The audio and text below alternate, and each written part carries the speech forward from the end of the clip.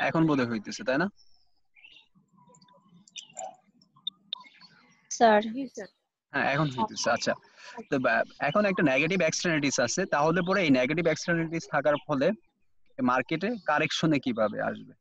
হ্যাঁ, তো এখানে কি কি ধরনের পলিসি নেওয়া যায়? যে নেগেটিভ এক্সটার্নালিটিস থাকা মানে কি? Over production. তো ওভার প্রোডাকশন কতটুকু হচ্ছে? Q0 পরিমাণ।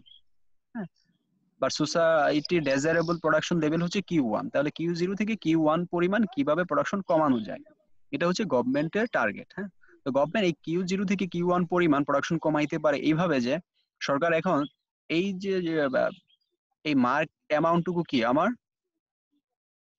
পলিউশন কস্ট, এই যতটুকু পলিউশন কস্ট আছে পার ইউনিট, ঠিক ততটুকু পরিমাণ সরকার পার ইউনিটে কি করবে? ট্যাক্স ইম্পোজ করে দিবে। ঠিক আছে, পার ইউনিট যতটুকু আমার পলিউশন কস্ট আছে ঠিক ততটুকু পরিমাণ সরকার কি করবে? পার ইউনিট ট্যাক্স ইম্পোজ করবে। যদি পরে ট্যাক্স ইম্পোজ করা হয় তাহলে কি করবে? ট্যাক্স ইম্পোজ করা মানে কি? কস্ট অফ প্রোডাকশন বেড়ে যাওয়া। আর কস্ট অফ প্রোডাকশন বেড়ে যাওয়া মানে কি? সাপ্লাই কার্ভ বা মার্জিনাল এই যে সোশ্যাল কস্ট কার্ভটা কি করবে? আপওয়ার্ড শিফট করে যাবে। তাহলে আপওয়ার্ড শিফট করলে পরে নতুন ইকুইলিব্রিয়াম পয়েন্ট কি? আমার এই যে নতুন ইকুইলিব্রিয়াম প্রাইস হচ্ছে P1 আর প্রোডাকশন হচ্ছে Q1 পরিমাণ।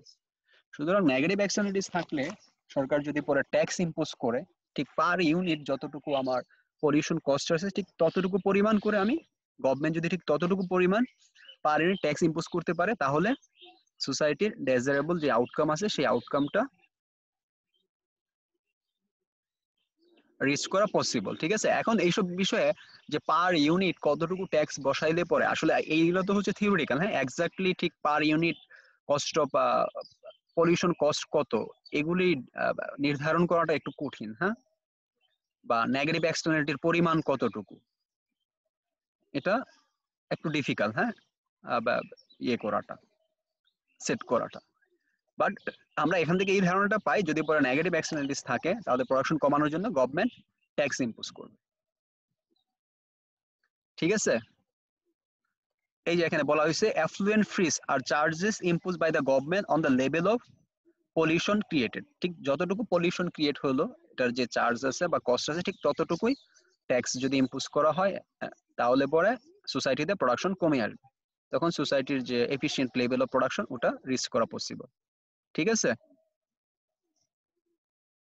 তাহলে নেগেটিভ এক্সটার্নালিটিস। তো আর পজিটিভ এক্সটার্নালিটিস হলে পরে ঠিক একই রকম, যে গভর্নমেন্ট সাবসিডি দিবে। কতটুকু সাবসিডি? পার ইউনিট যতটুকু পজিটিভ এক্সটার্নালিটির অ্যামাউন্টটা যতটুকু ঠিক তত পরিমাণে সরকার সাবসিডি দিবে। এখন আমরা দেখি মার্কেট ইনসেন্টিভ পলিসিস গুলা কি।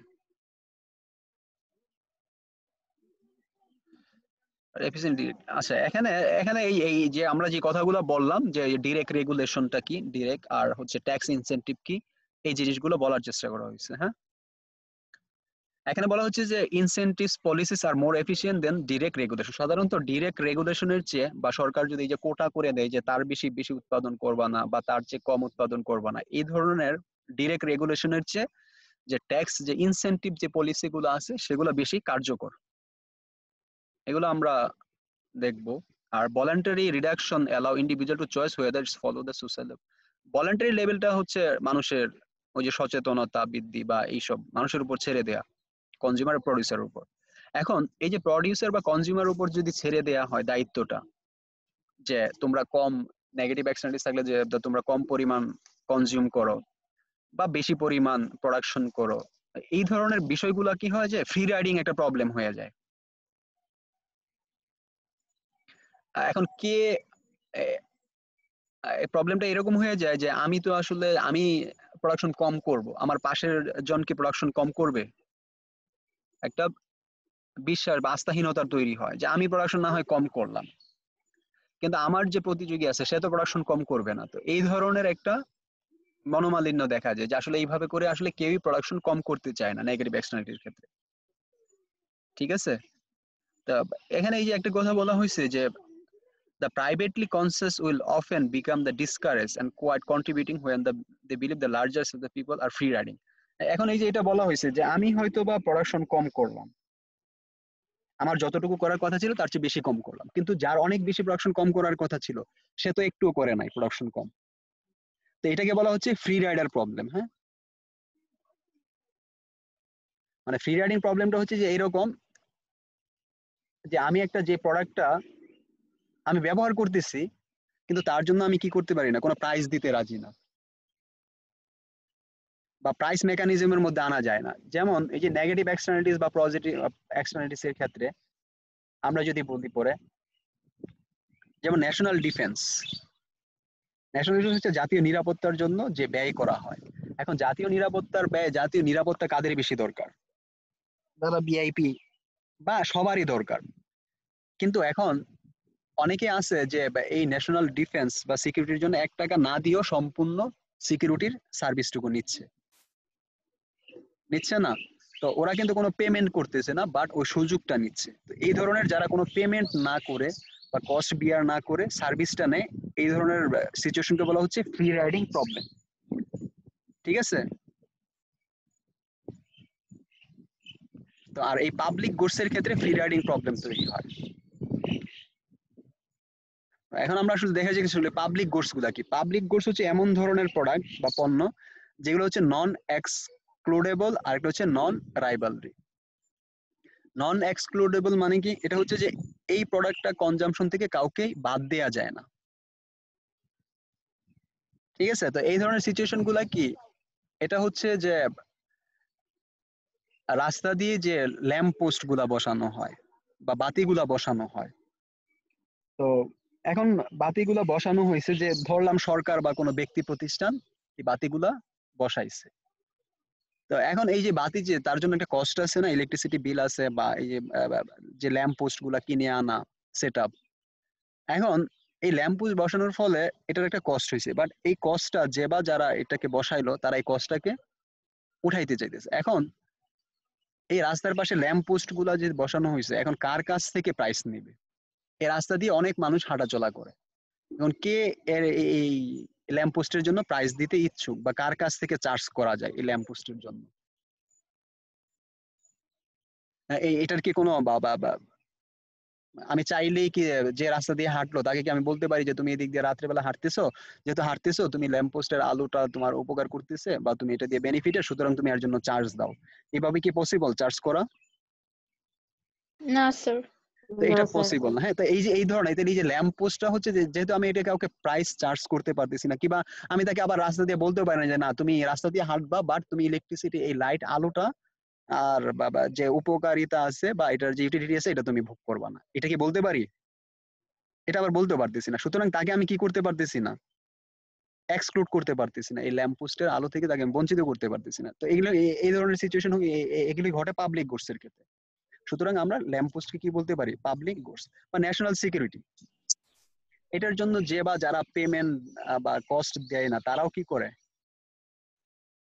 তাদেরকে আমি বাদ দিতে পারি না ন্যাশনাল সিকিউরিটি থেকে, যে সবাই এটা থেকে সুবিধে পায়। সে ধনী গরিব রিক্সাওয়ালা বা কৃষক শ্রমিক সবাই। যদিও সবাই কি করে না, একরকম কন্ট্রিবিউট করে না ন্যাশনাল সিকিউরিটির জন্য। সবাই একরকম কন্ট্রিবিউট করে না। অনেকে আছে ট্যাক্সই দেয় না, তারপরেও তাকে আমি কি করতে পারি না, ওই ন্যাশনাল সিকিউরিটি যে সার্ভিসটা আছে এ থেকে আমি বঞ্চিত করতে পারি না। তাহলে নন এক্সক্লুডেবল বোঝা গেল পাবলিক গুডস এর ক্ষেত্রে কি, যে যে যাকে কনজাম্পশন থেকে কাউকে বিরত রাখা যায় না। এটা হচ্ছে পাবলিক গুডস এর একটা ক্যারেক্টারিস্টিক্স। আরেকটা হচ্ছে নন রাইভালরি।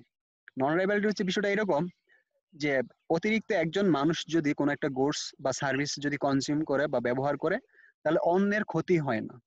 যেমন এই যে ল্যাম্প পোস্টের কথাই যদি বলি, এই ল্যাম্প পোস্টের আলো ওই রাস্তা দিয়ে যদি 20 জন মানুষ চলে, 20 জন মানুষ যতটুকু বেনিফিটেড, যদি 100 জন মানুষ ওই ল্যাম্প পোস্টের আলো ব্যবহার করে বা রাস্তা দিয়ে চলে, তারা সবাই কি একই রকম বেনিফিটেড। এই যে অতিরিক্ত যে আরো 60 জন বা 80 জন মানুষ আসলো ব্যবহার করলো, এতে কি পূর্বে যারা 20 জন ব্যবহার করতো ল্যাম্প পোস্ট, তাদের কি কোনো কনজাম্পশনে কি কোনো বাধা পড়ছে বা কনজাম্পশন লেভেল কমে গেছে? না স্যার। তো এটাই হচ্ছে নন ট্রাইবাল। নন ট্রাইবাল হচ্ছে অতিরিক্ত মানুষ যখন ওই গুডসটা কনজিউম করবে, তো পূর্বে যারা কনজিউম করতো তাদের স্বার্থে কোনো আঘাত আসবে না, তাদের কনজাম্পশনের কোনো পরিবর্তন আসবে না বা কমে যাবে না কনজাম্পশন লেভেলটা।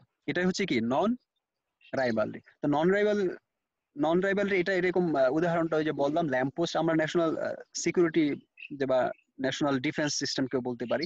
একটা দেশের মধ্যে যদি 5 কোটি মানুষ বসবাস করে, তার জন্য যে ন্যাশনাল সিকিউরিটি ডিফেন্স দরকার বর্ডার এরিয়াতে, ওই রাষ্ট্রের মধ্যে যদি 15 কোটি মানুষও বসবাস করে, এই একই রকম সিকিউরিটি দিয়ে 15 কোটি মানুষও কি করতে পারে, বসবাস করতে পারে। তো এই এক্সট্রা যে 10 কোটি মানুষ আসলো, এই এক্সট্রা 10 কোটি মানুষ আসার ফলে আগে যে 5 কোটি মানুষের যে কনজাম্পশন লেভেল ছিল, ওতে কি হয় নাই, কোনো প্রভাব পড়ে নাই। তো এই ধরনের সিচুয়েশন হচ্ছে নন ড্রাইভেবল। তো পাবলিক গুডস এর ক্ষেত্রে এই দুইটা ক্যারেক্টারিস্টিক্স দেখা যায়, কি নন এক্সক্লুডেবল, অর্থাৎ এটা এই প্রোডাক্ট বা সার্ভিস থেকে কাউকে বঞ্চিত করা যায় না। আর একটা হচ্ছে নন রাইভালরি, অর্থাৎ এই প্রোডাক্টটা যদি অতিরিক্ত মানুষ কনজাম্পশন করে, তাহলে আগে যারা কনজাম্পশন করতো তাদের কি হয় না, কনজাম্পশন কমে যায় না, বা কনজাম্পশনের পরিবর্তন আসে না। তো এইরকম আসলে পিওর পাবলিক গুডস খুঁজে পাওয়া কঠিন। সাধারণত ন্যাশনাল যে সিকিউরিটি ডিফেন্স সিস্টেম আছে, এটাকে বলা হচ্ছে পাবলিক গুডস বলা হচ্ছে। ঠিক আছে। আর পাবলিক গুডস গুলা সাধারণত কে সরবরাহ করে থাকে, প্রোভাইড করে থাকে, সাধারণত গভর্নমেন্ট করে থাকে। সরকার কিন্তু পাবলিক গুডস প্রোভাইড করে। কারণ ব্যক্তি মালিকানায় যদি পাবলিক গুডস প্রোভাইড করা হয়, তাহলে কাকে কি করা যায় না, প্রাইস চার্জ করা যায় না, ওই যে ল্যাম্প পোস্টের মতো। ঠিক আছে। এখন ব্যক্তি মালিকানায় যদি ল্যাম্প পোস্ট লাগানো হয় রাস্তার পাশে, সাধারণত এই কস্টটা আমি কাউকে চার্জ করতে পারবো না, বা সরকার, এই জন্য পাবলিক গুডস গুলা সরকার প্রোভাইড করে থাকে। আর এই যে বলা হয়েছে যে লাস্টে বলা হয়েছে there is no pure public goods but national defence বা security is the closest example, সাধারণত একটা কাছাকাছি উদাহরণ। আমরা এখন নেক্সট দেখি public goods. Private goods supply to the, আর প্রাইভেট গুড গুলা কি, এটা হচ্ছে সাধারণত যারা পে করবে তাদেরকেই প্রোভাইড করা হয়, অর্থাৎ ওই গুডসটার জন্য যারা পেমেন্ট বা প্রাইস দিবে তাদের জন্য প্রোভাইড করা হয় প্রাইভেট গুডস গুলো। আর পাবলিক গুডস যারা পে করবে তাদের জন্য প্রোভাইড করা হয়, যারা পেমেন্ট করবে না তাদের জন্য প্রোভাইড করা হয়। ওই যে এখন বলা হচ্ছে যে পাবলিক গুডটা যদি একজনের জন্য যদি সরবরাহ করা হয়, তাহলে সবার জন্য কি করা হয়, সরবরাহ হয়ে যায়। কারণ কি করা যাচ্ছে না, কাউকে এক্সক্লুড করা যাচ্ছে না। আর যেহেতু এক্সক্লুড করা যাচ্ছে না, আর এটা কি না, নন, আচ্ছা, in case of public goods social benefit আছে এখানে। এই যে পাবলিক গুডস এর ক্ষেত্রে কি হয়, সাধারণত মার্কেটটা ফেল করে। আমরা এই যে মার্কেট ফেইলিওর পড়লাম, পাবলিক গুডস এর ক্ষেত্রে মার্কেটটা ফেল করে, কারণ কি করা যায় না, এটাকে কোনো প্রাইস মেকানিজমের মধ্যে আনা যায় না। হুম। তো পাবলিক গুডস এর ক্ষেত্রে যেহেতু প্রাইস মেকানিজমের মধ্যে আনা যায় না, এখানে মার্কেট ফেল করে। তো এটার জন্য মার্কেটটা কারেকশন করার কোনো স্ট্র্যাটেজি আছে কিনা, বা পাবলিক গুডস যদি হয় পরে, বা এর জন্য যদি কেউ প্রাইস দিতে অনিচ্ছুক থাকে, কোনো একটা মেকানিজম বা পলিসির মধ্য দিয়ে এটার জন্য প্রাইস মেকানিজমে আনা যায় কিনা। আহ, এটা আমরা দেখবো সাধারণত ওই যে কোস থিওরিয়াম আছে, 1960s উনি একটা থিওরির কথা বললেন, এবং নোবেল লরিয়েট ইকোনমিস্ট। তো উনি বলছেন যে পাবলিক গুডস যেগুলো আছে এগুলোকে প্রাইস মেকানিজমের মধ্যে আনা যায়, যদি পরে তার প্রপার্টি রাইটসটাকে অ্যাসাইন করে দেয়া হয়। হ্যাঁ, এটা আমরা আরেকটা ক্লাসে দেখবো। আজকে যেহেতু বিষয়টা আসছে, জাস্ট আমি অল্প সংক্ষেপে বললাম। আর মার্কেট ডিমান্ড হচ্ছে ইন্ডিভিজুয়ালের যে ডিমান্ড কার্ভের সামেশন হলে, প্রাইভেট গুডের ক্ষেত্রে হচ্ছে যে sum demand, the summation of demand curve horizontally. হ্যাঁ, আর পাবলিক গুডস এর ক্ষেত্রে summation of all individual demand curve vertically.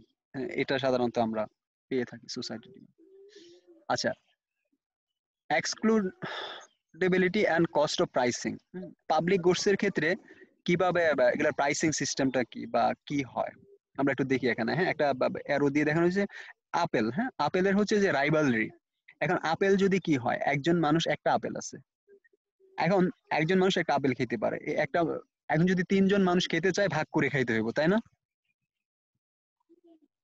একজন মানুষ যদি একটা আপেল কনজাম্পশন করে, তাহলে সে বেশি পরিমাণ পায়, বা 3জন যখন ভাগ করে খায় তখন পরিমাণে কি একজনের কম পড়ে যায় না? জি স্যার। তাহলে এই আপেলটা কি, এটা কি রাইভালরি নাকি নন রাইভালরি? স্যার রাইভারলি। হ্যাঁ, এটা রাইভালরি। কারণ হচ্ছে নন রাইভালরি হলে যে ওটার কনজাম্পশনে কারো কমে যেত না, বাট যেহেতু কনজাম্পশন কমে গেছে, এটা হচ্ছে রাইভালরি। হ্যাঁ, তো আপেল হচ্ছে কি একটা, এটা কি আপেল তাহলে কি আমরা কি পাবলিক গুড বলবো নাকি প্রাইভেট গুড বলবো? হুম, স্যার পাবলিক। না কিভাবে? না না প্রাইভেট। প্রাইভেট গুড, কারণ হচ্ছে এটা যেহেতু রাইভালরি, এটাকে বলা হচ্ছে প্রাইভেট গুড। আচ্ছা, এবার আসি আমরা ফিশ ইন ওশান। মানে সমুদ্রের যে মাছগুলো আছে এটার কি অবস্থা? সমুদ্রের যে মাছ, এখানে সমুদ্রের মাছ ধরার অধিকার সবারই আছে, তাই না?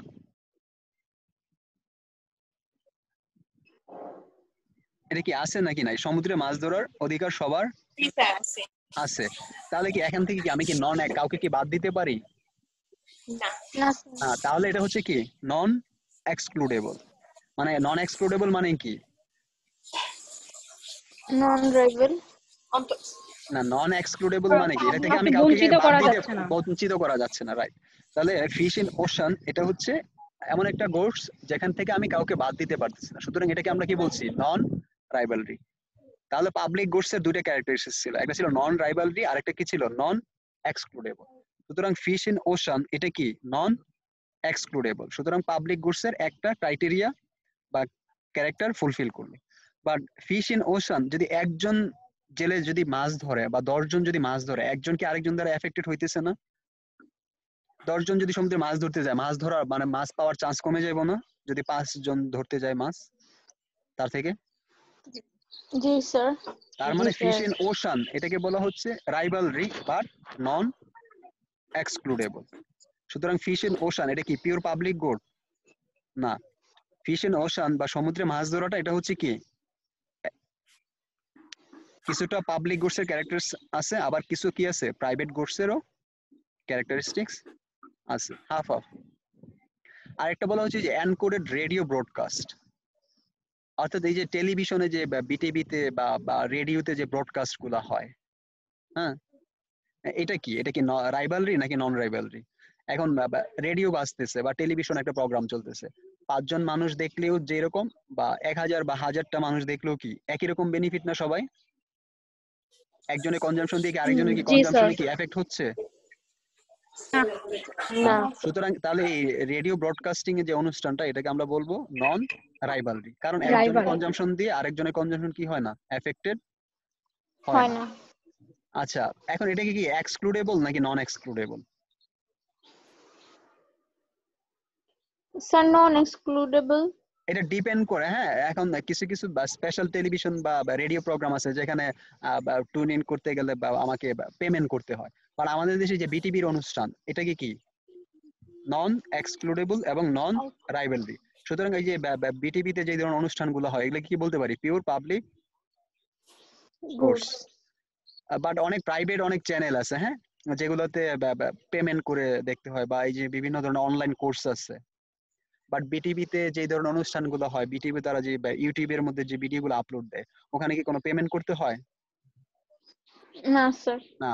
তো ওই এই ধরনের অনুষ্ঠানগুলো সাধারণত নন রাইভালরি এবং নন এক্সক্লুডেবল। বাট অনলাইনে অনেক ধরনের কোর্স আছে বা অনেক ধরনের ভিডিও আছে যেগুলো বা কোর্স শিখতে গেলে ক্লাস করতে গেলে টাকা দিতে হয় বা ডলার পেমেন্ট করতে হয়, তাহলে ওগুলা কি না পাবলিক গুডস না?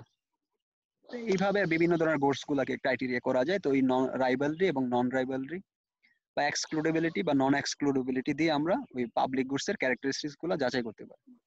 তো আমরা কিছু অ্যাপল, ফিশ ইন ওশান বা রেডিও ব্রডকাস্টিং প্রোগ্রাম এগুলো দেখার চেষ্টা করলাম যে কোনটা কি ধরনের নেচার গুডস এর। ঠিক আছে, এটুকু কারো কোনো কোশ্চেন আছে? না স্যার। আচ্ছা, তাহলে আমরা নেক্সট দেখি। হ্যাঁ, ইনফরমেশন প্রবলেম। আরেকটা বিষয় হচ্ছে পারফেক্ট। আচ্ছা, পারফেক্ট কম্পিটিশন মার্কেটের মধ্যে আমরা একটা অ্যাজাম্পশন ধরে নিয়েছিলাম কি ইনফরমেশন আর পারফেক্টলি, মানে পারফেক্ট ইনফরমেশন ছিল পারফেক্ট মার্কেট কম্পিটিশন, তাই না? অর্থাৎ কনজিউমার এবং প্রডিউসার ওই গুডস এন্ড সার্ভিসের কোয়ালিটি বা গুণগত মান সম্পর্কে সবাই কি সমান ধারণা রাখে। প্রডিউসার কিছু বেশি জানে বা কনজিউমারের কাছে কোনো ইনফরমেশন হাইড নাই, কারো কাছে ইনফরমেশন হাইড নেই। ওই প্রোডাক্টের গুণগত মান সবার কাছেই কি সমান, মানে প্রোডাক্টের কোয়ালিটি কেমন সেটা প্রডিউসার যেমন জানে কনজিউমারও জানে। এটা ছিল পারফেক্ট মার্কেট কম্পিটিশনের একটা অ্যাজাম্পশন। তারপর এখন যদি পরে এই ইনফরমেশনটা যদি অ্যাসিমেট্রিক না হয়, সিমেট্রিক না হয়, অ্যাসিমেট্রিক হয়। অ্যাসিমেট্রিক হওয়া মানে কি? যে একটা প্রোডাক্ট সম্পর্কে উৎপাদনকারী ভালো জানে বাট ভোক্তা তার তেমন ধারণা নাই। তো এই ধরনের ক্ষেত্রে কি হবে? এই ধরনের যদি সিচুয়েশন ঘটে কোনো প্রোডাক্টের ক্ষেত্রে, সেই প্রোডাক্টটাও কি করবে? মার্কেট ফেল করে, অর্থাৎ সেই প্রোডাক্টটা নর্মাল যে প্রডিউসার কনজাম বা প্রডিউসার বা কনজিউমারের মধ্যে যে ইন্টারাকশনের মধ্যে যে পারফেক্ট মার্কেট কম্পিটিশনের যে একটা ইকুইলিব্রিয়াম প্রাইস কোয়ান্টিটি রিস্টোর করা যায়, সেটা করা পসিবল হয় না।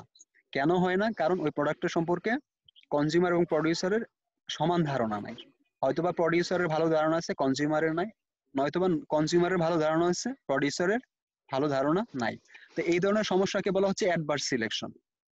একটা প্রোডাক্টের কোয়ালিটি সম্পর্কে যদি পরে প্রডিউসার বেশি ভালো ধারণা থাকে, কনজিউমারের ধারণা কম থাকে, অথবা কনজিউমারের ভালো ধারণা থাকে, প্রডিউসারের ধারণা কম থাকে, তো এই ধরনের সিচুয়েশনকে বলা হচ্ছে কি অ্যাডভার্স সিলেকশন।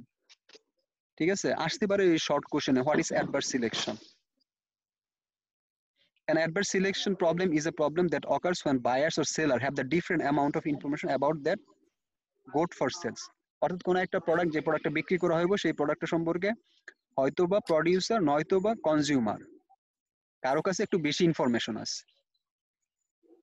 অ্যাডভার্স সিলেকশন কি ক্লিয়ার?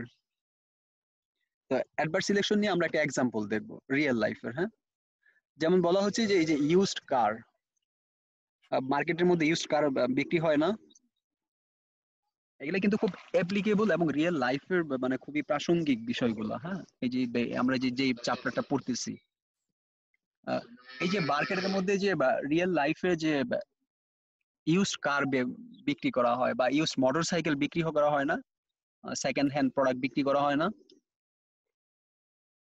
জি স্যার।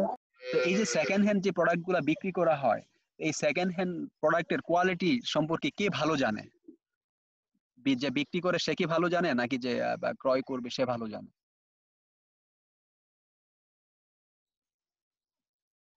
কতদিন আগে গাড়িটা কেনা হলো, বা এটার সার্ভিস কেমন, এটা যে বিক্রি করবে তারই তো ভালো জানার কথা, তাই না? জি স্যার। জি স্যার। আর যে ক্রয় করবে সে তো জানে না, সে প্রোডাক্ট ভালো নাকি খারাপ। ভালো হইলেও সে বলতে পারে, তার ধারণা হইতে পারে প্রোডাক্টটা বোধহয় খারাপ, বা একটা খারাপ প্রোডাক্টকেও সে ধারণা করতে পারে এটা ভালো প্রোডাক্ট। মানে ক্রয়কারী এরকম সমস্যা হইতে পারে না? এটা হওয়াটা স্বাভাবিক। সুতরাং এই যে ইউজড কার যখন মার্কেটে বিক্রি করা হয়, তখন এটার যে ব্যবহারকারী যে আগে ছিল, সে ওই প্রোডাক্টটা সম্পর্কে ভালো ধারণা রাখে ক্রয়কারীর তুলনায়। এখন এটা দুই ধরনের প্রবলেম তৈরি হইতে পারে। একটা ভালো গাড়ি ইউজ কার হলেও পরে কোয়ালিটি ভালো, বাট এটার ক্রয়কারী তার ধারণা হয়েছে যে না, এটা গাড়িটা বোধহয় ভালো হইব, এটা একটা কেস। অথবা গাড়িটা খারাপ, বাট ক্রয়কারী ধারণা করলো গাড়িটা ভালো। যদি সে ধারণা করলো গাড়িটা ভালো, তার জন্য সে কি করতে থাকবে, বেশি প্রাইস দিতে চাইবো, বা বেশি প্রাইস দিয়ে কিনে সে ঠকে গেল। অথবা গাড়িটার কোয়ালিটি ভালো, বাট ক্রেতা মনে করতেছে কোয়ালিটি ভালো না, সুতরাং সেটার জন্য বেশি দাম দিতে চাইবো না, সুতরাং বিক্রয়কারী ঠকে গেল। তো এই ধরনের সমস্যা তৈরি হলে এগুলো, এই যে ইনফরমেশনের গ্যাপ, যে উৎপাদনকারী ভালো ইনফরমেশন জানে ক্রয়কারীর তুলনায়, তো এটাকে বলা হচ্ছে অ্যাডভার্স সিলেকশন। তো এই এই অ্যাডভার্স সিলেকশন গুলা কে বলা হচ্ছে লেমন মার্কেট প্রবলেম। হ্যাঁ, তো এই এটাকে বলা হচ্ছে লেমন মার্কেট। লেমন মানে হচ্ছে যে selling a used car may provide a false signal to the buyer that the car is lemon। অর্থাৎ যে ইউজ কারটা যখন মার্কেটে বিক্রি করা হইব, তখন এই মার্কেটটা সম্পর্কে একটা সিগন্যাল কি যাইলো, যে ক্রয়কারীর কাছে একটা নেগেটিভ সিগন্যাল যাইলো যে না, এই গাড়িটা বোধহয় কোয়ালিটি ভালো না, যে গাড়িটা বোধহয় অনেকদিন আগে কেনা হয়েছে বা কিছু বা সমস্যা দেখা দেয়। আর লেমন হচ্ছে কি, মানে লেমন হচ্ছে এমন একটা প্রোডাক্ট যেটা হচ্ছে খুব চিপ রেটের প্রোডাক্ট। হ্যাঁ, লেমন প্রোডাক্ট মানে হচ্ছে যেটা চিপ প্রোডাক্ট বা কোয়ালিটি ভালো না, এই অর্থে ব্যবহৃত হচ্ছে লেমন। হ্যাঁ, তাহলে এই এই সমস্যাটা কিভাবে দূর করা যায়, যে একটা ইউজড কার মার্কেটে আমি নিয়ে গেলাম, বাট আমি জানি প্রোডাক্টটা আমি ব্যবহার করছি, আমার কাছে ভালো, বাট আমি যার কাছে বিক্রি করতে চাই সে, তা আমার এই প্রোডাক্টটা সম্পর্কে তার একটা নেগেটিভ ধারণা তৈরি হয়েছে যে না, এই প্রোডাক্টটা বোধহয় ভালো হইব না, বা এই গাড়িটা বোধহয় ভালো হইব না। তো যেহেতু আমি একরকম বিক্রয়কারী হিসেবে আমি একরকম ধারণা করতেছি, বা ক্রয়কারী হিসেবে যিনি ক্রেতা তিনি অন্যরকম ধারণা করতেছেন, তাহলে তো এখানে একটা অ্যাডভার্স সিলেকশন প্রবলেম আসছে। তো এই সমস্যাটা কিভাবে সমাধান করা যায়? রিয়েল লাইফে এই ধরনের ঘটনা ঘটে না? ঘটে থাকে। তো এগুলোর জন্য সলিউশনের জন্য কি এই যে ওয়ারেন্টি নামক বা গ্যারান্টি যে কনসেপ্ট গুলো আসলো, এগুলো কেন আসলো?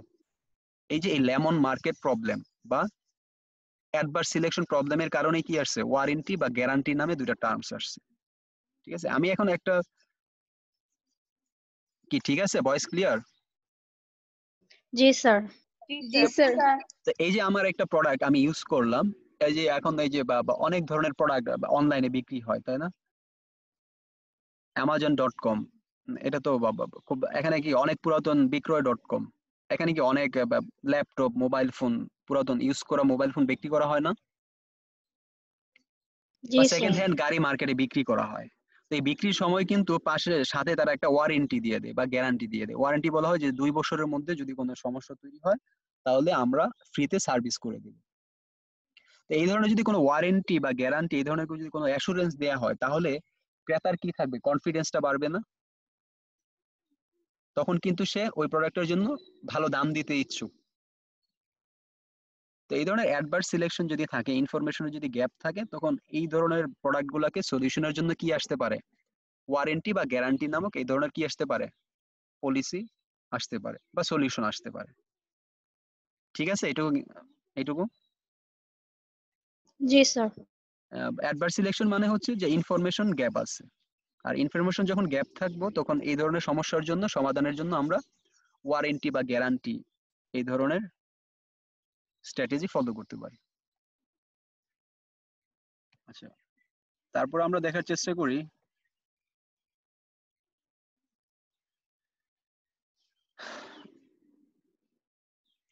আচ্ছা এই যে লাইসেনিং একটা প্রবলেম, এখানে আরেকটা রিয়েল লাইফের প্রবলেমের কথা হচ্ছে, allow the market to develop the private information. আচ্ছা, ইনফরমেশন গুলো অ্যাসিমিটি থাকলে এটা জাস্ট একটা, এখানে একটা প্রবলেম বলা হচ্ছে যে এই যে ডাক্তারদের কাছ থেকে যে আমরা যে সার্ভিসটা নিতে যাই, কনসালটেন্সি নেই, তাই না? যেমন স্কয়ার, লেবেড, এই ধরনের অ্যাপোলো বা ইউনাইটেড হসপিটাল, ওখানে ডাক্তাররা থাকেন। আর এখন প্রবলেমটা হয়েছে এই যে ডাক্তারদের কনসালটেন্সি নেওয়া বা তাদের কাছ থেকে সাজেশন নিতে গেলে অ্যাজ এ কনজিউমার হিসেবে আমি কিন্তু, আমার ধারণা নাই মেডিকেল সায়েন্স সম্পর্কে, আসলে ডাক্তারের সত্যিকার অর্থে কি বা তার যোগ্যতা আছে কি নাই, এটা আমি কিভাবে জানবো? আমার কি জানা সম্ভব? আমি তো মেডিকেল সায়েন্স পড়ি না, বা অনেক অশিক্ষিত আছেন, বা অনেকে এগুলো বুঝেনি না মেডিকেল সায়েন্সে। সাধারণত দেখা গেল যে একটা অ্যাপ্রন পরে চেম্বার দিয়ে সে বসে রয়েছে, হয়তোবা তার ভালো নলেজ নাই, কিন্তু সে কোথাও এই ছোটখাটো কাজ করে সে মেডিকেল সায়েন্স সম্পর্কে কিছুটা শিখছে।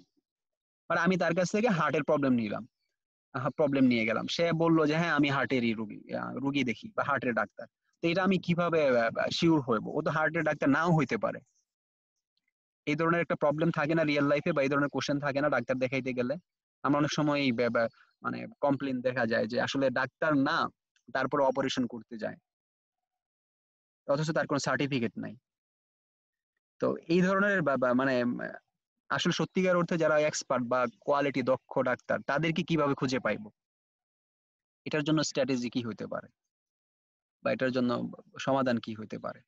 তো এটার জন্য সমাধান একটা বলছেন যে সরকার যদি এরকম একটা আইন করে দেন যে যারা ডাক্তার, তাদের এমবিবিএস পাশ করার পরে সরকার থেকে একটা সার্টিফিকেট নিতে হবে, যে সে যে এমবিবিএস কমপ্লিট করলো বা কোনো একটা স্পেশাল কোনো একটা অর্গানের উপর যে তার একটা ভালো দক্ষতা যোগ্যতা আছে, এটা সরকার থেকে একটা পারমিশন নিতে হবে। এর জন্য সরকার ওই যে একটা রেজিস্ট্রেশনের মতো করে রাখছে, যারা এমবিবিএস কমপ্লিট করবে দেন তারা সরকারি ওই রেজিস্ট্রেশনে নাম অন্তর্ভুক্ত করে দেন তারা প্র্যাকটিস করতে পারবে। ঠিক আছে, তো এটা একটা সমাধান হতে পারে, সরকার যদি এরকম কম্পালসারি করে দেয় যে যে বা যারা ডাক্তারি প্রফেশনে আসতে চায়, তারা যে ডাক্তারি রিলেটেড পড়াশোনা করছে, এমবিবিএস কমপ্লিট করছে, এটার জন্য তাদেরকে ডকুমেন্ট শো করে দেন তাদেরকে রেজিস্ট্রেশন করতে হয়, এবং তাদের রেজিস্ট্রেশন এগেইনস্টে তাদের একটা নাম্বার থাকবে। এটা একটা, এটা গেল, হ্যাঁ পাইলাম। এখন কথা হচ্ছে যে ডাক্তারদের মধ্যে বিভিন্ন গ্রেডিং আছে, হ্যাঁ কোয়ালিটি আছে, কেউ ভালো ডাক্তার, কেউ একটু এক্সপার্ট, কেউ একটু কম দক্ষ ডাক্তার, কেউ ভালো জায়গায় পড়াশোনা করছে, কেউ খারাপ জায়গায় একটু কম ভালো জায়গায় পড়াশোনা করছে। এগুলি দেখেও কি করা যায়, যাচাই করা যায় একদম ডাক্তারের কোয়ালিটি। সাধারণত ঢাকা মেডিকেল থেকে যে বা যারা পড়েন আর পপুলারে যারা পড়াশোনা করেন, নিশ্চয়ই তাদের মান এক হইব না, তাই না? তো এটা দেখেও ডাক্তারের কোয়ালিটি যাচাই করা যায়, যে তাদের গ্রাজুয়েশনটা কোথা থেকে কমপ্লিট করবে। আমরা আসলে একজন ডাক্তারের ভালো একজন ডাক্তার কিভাবে নির্বাচন করা যায় এটার স্ট্র্যাটেজি জানতেছি।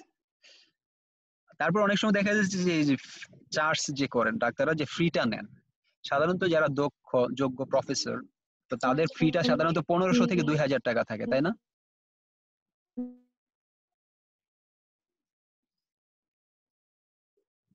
জি স্যার। আর যারা একদমই একটু কম ভালো জায়গায় পড়াশোনা করছেন তাদের সাধারণত ফি থাকে 4 থেকে 500। তো এইভাবেও কি করা যায় ডাক্তারদের ভালো মন্দ ক্রাইটেরিয়া করা যায়। তো এটা সাধারণত এই ধরনের প্রোডাক্টের ক্ষেত্রে যে সাধারণত ব্র্যান্ডেড প্রোডাক্ট গুলোর কি প্রাইস বেশি থাকে, সুতরাং এটার কোয়ালিটিও কি থাকে ভালো থাকে না। নিউ মার্কেট সাধারণত ফুটপাতের কাপড়ের তুলনায় ব্র্যান্ডের কোয়ালিটি ভালো থাকে না, এই জন্য তাদের প্রাইসেরও কিন্তু ডিফারেন্সিয়েশন আছে। তো প্রাইসও কি একটা প্রাইসিংও একটা সিগন্যালিং যে একটা প্রোডাক্টের গুণগত মানের একটা সিগন্যালিং, ঠিক আছে? জি স্যার। আচ্ছা, এখন আমরা তাহলে রিয়েল ওয়ার্ল্ড, এখন এই যে এই ধরনের মার্কেটের মধ্যে এই যে অ্যাসিমেট্রিক ইনফরমেশন, অর্থাৎ সবার কাছে তথ্য একরকম নাই বা এক্সটার্নালিটিস এর কারণে মার্কেটের মধ্যে ডিস্টোরশন আসতেছে, এখন এগুলো থেকে কারেকশন কি করবে, কে কারেকশন করবে? সরকার। সরকার কি তাহলে মার্কেটে হস্তক্ষেপ করবে? ওই যে আমরা যে ওই দিন কিসে ডেভেলপমেন্ট ইয়েতে পড়লাম না, ইনসিডেন্স অফ ট্যাক্স, পাবলিক ফাইন্যান্সে পড়ি নাই ওই দিন? Sir public finance. ওই যে ট্যাক্স দিলে পরে কি হয়, সোসাইটির মধ্যে ডিস্টোরশন তৈরি হয় না, ডেডওয়েট লস তৈরি হয় না? জি স্যার। এখন এই যে এটাই বলা হচ্ছে যে যেহেতু আমরা এখানে বললাম নেগেটিভ এক্সটার্নালিটির ক্ষেত্রে গভর্নমেন্ট সলিউশন হিসেবে কি নিয়ে আসলো, ট্যাক্সের স্ট্র্যাটেজি নিয়ে আসলো। বা ট্যাক্স দিলে আবার কি হয়, সোসাইটির মধ্যে ডিস্টোরশন বা ডেডওয়েট লস তৈরি হয়, তাই না? তাহলে ট্যাক্স করাটা কি, এটা কি আলটিমেটলি কোনো ভালো একটা সমাধান? ট্যাক্স দিলে প্রোডাকশন কমে আসতেছে, বাট আলটিমেটলি এখানে কি হইতেছে, সোসাইটির মধ্যে একটা ডেডওয়েট লস তৈরি হইতেছে না? তো এটাই বলার চেষ্টা করা হচ্ছে যে যদি করে এক্সটার্নালিটিস থাকে পরে, এখন গভর্নমেন্ট যদি মার্কেটে হস্তক্ষেপ করে তাহলে মার্কেটটা কি হয়, আরো খারাপ অবস্থা তৈরি হয়। এটা কিভাবে হয়, ওই যে ডেডওয়েট লস তৈরি হয় সোসাইটির মধ্যে, ঠিক আছে? সুতরাং সরকারি হস্তক্ষেপ করাটাই কি না একমাত্র সমাধান না, বা ট্যাক্সিং করাটাই সমাধান না। তো এখন সরকার যদি মার্কেটের মধ্যে হস্তক্ষেপ করে বা এই যে একটা মার্কেট ফেইল একটা সিচুয়েশন আছে, এটাকে যদি একটা কারেকশনে নিতে চায়, সরকার নিতে চায় হস্তক্ষেপ করে, তাহলে কি কি ধরনের প্রবলেম গুলো ঘটতে পারে? এখানে এই যে 5টা কারণের কথা বলা হয়েছে। Government doesn't have an incentive two correct them. সরকারের মার্কেটে হস্তক্ষেপ করে সরকারের লাভ কি? প্রথম বলা হয়েছে সরকার যেহেতু কোনো লাভ নাই এখান থেকে। আর এই যে সরকার যে হস্তক্ষেপ করব, কিসের ভিত্তিতে? সরকারের কাছে কি তথ্য আছে যে কতটুকু প্রোডাকশন করলে পরে মার্কেটের সিচুয়েশনটা ইমপ্রুভ করবে বা মার্কেট ফেল করবে না? কতটুকু আন্ডার প্রোডাকশন আছে কিংবা কতটুকু ওভার প্রোডাকশন আছে, বা প্রোডাক্টের কোয়ালিটি কি? এটা তো সরকারের কাছে এই তথ্যটা নাই। সুতরাং সরকার মার্কেটে হস্তক্ষেপ করবে কিসের ভিত্তিতে? এটা একটা প্রবলেম। এই যে দেখেন এখানে আরেকটা কথা বলা হচ্ছে, সরকার দেখা গেছে মার্কেটে হস্তক্ষেপ করলে পরে পূর্বের তুলনায় আরো অবস্থা খারাপের দিকে যাচ্ছে। সাধারণত এই যে রিসেন্টলি কিছুদিন আগে যে ঘটনাগুলো ঘটলো, যে পেঁয়াজের মার্কেটে, হ্যাঁ, পেঁয়াজের বাজারে, বা এই যে রমজানে যখন দেখা যায় যে সরকার যখন ম্যাজিস্ট্রেট নামাই দেয় মাঠের এই বাজারের মধ্যে তদারকি করার জন্য, তখন দেখা যাচ্ছে ওই প্রোডাক্টের প্রাইস আরো কয়েক গুণ বেড়ে যায়। যেমন পেঁয়াজের ক্ষেত্রে যেটা হয়েছে, সরকার যখন আইন প্রয়োগকারী সংস্থাকে বাজারে মানে মাঠে নামায়, তখন দেখা যায় ওই প্রোডাক্টের প্রাইস কি করে আরো বেড়ে যায় পূর্বের তুলনায়। কারণ তখন সবাই ভীত সন্তুষ্ট হয়ে যায়, তখন সবাই বিক্রির পরিমাণ কমায় দেয় বা দোকান বন্ধ রাখে বা গুদামজাত করে রাখে, তালা দিয়ে রাখে। এখন গুদামজাত করে রাখা, তালা দিয়ে রাখা মানে কি, সাপ্লাই আরো কমে যাওয়া, তাই না? সাপ্লাই যেহেতু আরো কমে গেছে, সুতরাং প্রাইস আরো বেড়ে যায়। দেখা গেছে সরকার ভালোর জন্য মার্কেটে হস্তক্ষেপ করছে, দেখা গেছে অবস্থা আরো খারাপ হয়ে গেছে। আর সরকার সাধারণত আমলাতান্ত্রিক যে জটিলতা গুলা থাকে, এখানে অনেক করাপশন থাকে, লিকেজ থাকে, এই প্রবলেমের কারণেও সরকারি হস্তক্ষেপটা কি না কার্যকর হয় না। এই যে বলা হচ্ছে government intervention leads to more government, অর্থাৎ একবার যদি মার্কেটে হস্তক্ষেপ করতে যায় দেখা যাচ্ছে সরকারের আরো আবার হস্তক্ষেপ করতে হয় বারবার, ঠিক আছে? এই প্রবলেম গুলো তৈরি হয়। আসলে সরকার মার্কেটটাকে কারেক্ট করতে পারে না, বা করলে পরে ওখানে ইনএফিসিয়েন্সি থেকেই যায় বা ডেডিউট লস তৈরি হয়। আচ্ছা, এখন আমরা দেখে যাচ্ছি যে পিগুপি অ্যান্ড ট্যাক্স কি, হ্যাঁ, পিগুবিয়ান ট্যাক্স একজন জন আর্থার পিগু, উনি একজন ইকোনমিস্ট। তো উনি বলছিলেন যে এই ধরনের সমস্যাগুলো সমাধানের জন্য উনি বলছিলেন এই যে যদি নেগেটিভ এক্সটার্নালিটিস থাকে, অর্থাৎ পলিউশন যদি করা হয়, কেউ যদি পলিউট করে এনভায়রনমেন্ট, তাকে কি করতে হইব, যতটুকু